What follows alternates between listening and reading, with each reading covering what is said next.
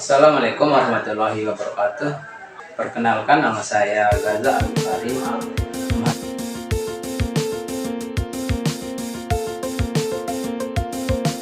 Hai, saya Mutia Khairina Ayu. Kami dari Universitas Hamzan Wadi, program studi pendidikan matematika. Psikologi pembelajaran matematika yang diampu oleh Ibu Dr. Sri Supiati, MPD SI.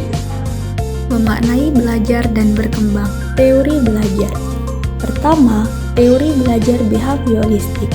Teori belajar behavioristik adalah teori belajar yang berfokus pada perubahan perilaku peserta didik sebagai hasil dari proses pembelajaran. Menurut teori ini, perubahan perilaku peserta didik disebabkan oleh adanya interaksi antara stimulus dan respon. Teori belajar sosial kognitif. Teori belajar sosial kognitif dikemukakan oleh Albert Bandura. Bandura merumuskan teori belajar sosial dengan mengakomodasi kemampuan kognitif manusia dalam berpikir dan belajar melalui pengamatan sosial. Teori belajar konstruktivisme. Teori belajar konstruktivisme merupakan sebuah teori yang menempatkan peserta didik sebagai individu yang membangun pemahaman dan memahami informasi secara aktif sepanjang proses pembelajaran. Teori belajar humanistik. Salah satu ide yang penting dalam pendidikan berbasis humanistik adalah peserta didik harus mampu untuk mengarahkan sendiri perilakunya dalam belajar. Apa yang akan dipelajari sampai tingkat mana, kapan, dan bagaimana mereka akan belajar. Intinya adalah bagaimana peserta didik belajar mengarahkan diri sendiri sekaligus memotivasi diri sendiri dalam belajar. Teori perkembangan. Perkembangan merupakan proses perubahan dalam pertumbuhan pada suatu waktu sebagai fungsi kematangan dan interaksi dengan lingkungannya.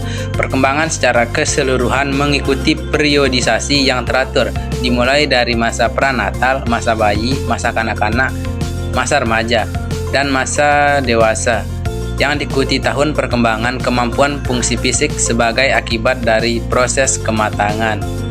Perkembangan fisik. Perkembangan fisik masa sebelum lahir merupakan pertumbuhan dan perkembangan individu yang sangat kompleks karena pada masa ini adalah awal terbentuknya organ-organ tubuh dan tersusunnya jaringan saraf manusia. Selanjutnya, perkembangan fisik masa bayi.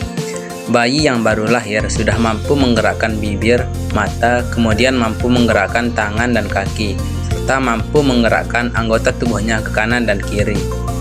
Terus, perkembangan fisik masa kanak-kanak. Perkembangan fisik masa kanak-kanak merupakan kelanjutan dari perkembangan awal anak-anak. Perkembangan ini berlangsung dari usia 6 tahun saat individu mulai masuk ke sekolah dasar. Terus, perkembangan fisik masa remaja. Pada tahap ini, perubahan fisik tampak berkembang dengan pesat. Hal ini terjadi karena perubahan fisik merupakan gejala primer yang membuat organisme secara matang mampu bereproduksi. Gejala primer ditandai oleh perubahan postur tubuh serta percepatan pertumbuhan tinggi badan yang diiringi dengan berat badan. Terus, perkembangan fisik masa dewasa. Penampilan fisik pada masa dewasa sudah semakin matang sehingga siap untuk melakukan tugas-tugas seperti orang dewasa lainnya, misalnya bekerja, menikah, dan memiliki anak. Selanjutnya, perkembangan sosial emosional. Yang pertama, teori ekologi Brown-Penbrenner. Teori ekologi yang dikembangkan oleh Uri Brown-Penbrenner berfokus pada konteks sosial yang mempengaruhi kehidupan individu sehingga turut mempengaruhi perkembangan mereka. Yang kedua, teori perkembangan rentang hidup Erikson. Teori Erik Erikson memandang perkembangan kehidupan masyarakat secara bertahap. Rentang hidup. Terdapat 8 tahap perkembangan yang harus dilalui individu sepanjang rentang kehidupannya. Pada setiap tahapan, seorang individu akan menghadapi sebuah konflik yang harus dihadapi dan diselesaikan agar kita memiliki perkembangan yang normal. Memaknai ragam kerangka strategi dalam pembelajaran. Pertama, pembelajaran yang berdiferensiasi. Pembelajaran berdiferensiasi adalah pendekatan pengajaran yang mempertimbangkan perbedaan individual di antara siswa, seperti gaya belajar, tingkat pemahaman, dan kecepatan belajar. Tujuan utamanya adalah menciptakan lingkungan pembelajaran yang memungkinkan setiap siswa tumbuh dan berkembang sesuai dengan potensi mereka. Pembelajaran berdiferensiasi melibatkan penyesuaian strategi pengajaran penilaian, dan dukungan tambahan agar sesuai dengan kebutuhan dan karakteristik masing-masing siswa. Pendekatan ini bertujuan untuk memastikan bahwa setiap siswa dapat berhasil dan mencapai tujuan pembelajaran dengan cara yang sesuai dengan kondisi mereka. Miskonsepsi tentang pembelajaran berdiferensiasi. Berbagai penolakan terhadap pendekatan pembelajaran berdiferensiasi disebabkan oleh kekeliruan dalam memaknainya.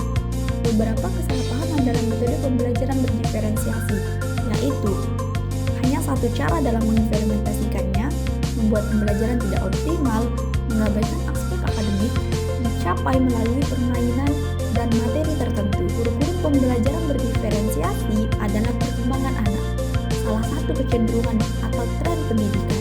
2. Pembelajaran yang tanggap budaya. Pembelajaran yang tanggap budaya adalah suatu metode pembelajaran yang berfokus pada adanya persamaan hak setiap peserta didik untuk mendapatkan pembelajaran tanpa membedakan latar belakang budaya mereka. Ada 5 prinsip aplikasi pendidikan tanggap budaya, yakni pentingnya budaya, pengetahuan terbentuk sebagai bagian dan konstruksi sosial, inklusivitas budaya, prestasi tidak terbatas pada dimensi intelektual, dan keseimbangan dan keterpaduan antar kesatuan dan keragaman. Ketiga, pembelajaran yang sesuai level ialah proses intervensi yang harus dilakukan guru dengan memberikan masukan pembelajaran yang relevan dan spesifik untuk menjembatani perbedaan yang ditemukan. Pembelajaran yang sesuai level memungkinkan peserta didik memperoleh keterampilan dasar seperti membaca dan berhitung dengan cepat. Cara penggunaan pembelajaran dengan pendekatan teaching at the right level yaitu menciptakan lingkungan yang penuh perhatian, saling peduli, terbuka dan nyaman, menumbuhkan hubungan yang positif dan konsisten dengan anak-anak lain dan orang dewasa dengan jumlah yang terbatas, menciptakan kebiasaan yang saling menghargai dalam ruang kelas, memberikan kesempatan bagi anak untuk bermain bersama, mengerjakan tugas dalam kelompok kecil, berbicara dengan teman atau orang dewasa, menciptakan lingkungan belajar tempat dapat bergerak dan beraktivitas dengan leluasa, dan menyediakan tempat untuk istirahat, memberikan anak keleluasaan dalam belajar dengan berbagai cara, dan menyediakan kegiatan yang terjadwal dan rutin. Penggunaan metode belajar yang tepat, menciptakan lingkungan yang tanggap dan merangsang kecerdasan dalam penyusunan kurikulum, menggabungkan bermacam-macam pengalaman, material, dan strategi mengajar. Teori belajar Pan-Hill. Teori belajar Pan-Hill ini menekankan pada kecepatan berpindah dari tahapan berpikir yang satu ke tahapan berpikir yang lain. Menurut Pan-Hill ada 3 unsur utama dalam pembelajaran materi geometri, yaitu yang pertama ada waktu, kedua metode pengajaran, ketiga materi pengajaran. Nah, jika ketiga unsur ini ditata secara terpadu, maka akan meningkatkan tahap pemikiran ke tahap yang lebih tinggi. Dalam teori belajar Pan-Hill ini memiliki 5 tahapan, yaitu yang pertama tahap pengenalan, kedua tahap analisis, ketiga tahap pengurutan, keempat tahap deduktif, dan kelima tahap keakuratan atau ketepatan. Selanjutnya, fase-fase belajar Pan-Hill dalam pembelajaran geometri. Dalam perpindahan pemikiran anak ke tingkatan yang lebih tinggi, tentu saja anak ini tidak bisa sendiri dan memerlukan bantuan dari seorang guru. Nah, guru di sini berperan dalam kenaikan tingkat ke tahap-tahap fase berpikir geometri tersebut. Yang pertama di sini ada fase informasi. Pada fase ini guru dan siswa menggunakan metode tanya jawab dan kegiatan dari objek-objek yang dipelajari yang ingin diketahui ke tahap berpikir siswa dalam geometri, dan guru akan mulai memahami sampai mana pemahaman siswa terkait pembelajaran geometri. Yang kedua ada fase orientasi. Pada fase ini siswa akan mulai mencari tahu, tapi difasilitasi dengan alat-alat yang berhubungan dengan geometri. Yang ketiga ada fase penjelasan. Pada fase ini siswa mulai mengobservasi atau mulai menyatakan pandangannya terhadap struktur yang telah mereka observasi. Terus yang keempat, fase orientasi bebas.